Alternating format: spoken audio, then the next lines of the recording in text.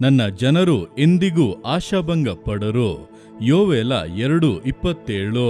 ಪ್ರಿಯರೇ, ನಿಮ್ಮ ಜೀವಿತದಲ್ಲಿ ನಡೆಯುತ್ತಿರುವಂಥ ಘಟನೆಗಳನ್ನು ನೋಡುವಾಗ ಭಯವಾಗುತ್ತಿದೆ, ಭವಿಷ್ಯತ್ಕಾಲ ಹೇಗಿರುತ್ತದೋ ಎಂಬುದಾಗಿ ನೀವು ಕಂಗಾಲಾಗಿ ಇರುವುದಾದರೆ ಭಯಪಡಬೇಡಿ. ದೇವರೇ ನಿಮ್ಮ ಮಧ್ಯದಲ್ಲಿ ನೆಲೆಗೊಂಡಿದ್ದಾನೆಂತಲೂ ಅದ್ವಿತೀಯನಾದ ಆತನೇ ನಿಮ್ಮ ದೇವರಾದ ಯೆಹೋವನು ಎಂಬುದಾಗಿ ನಿಶ್ಚಯ ಪಡಿಸುವಂತೆಯೂ ಆತನು ಅದ್ಭುತ ಕಾರ್ಯಗಳನ್ನು ನಿಮಗಾಗಿ ಮಾಡಲಿದ್ದಾನೆ.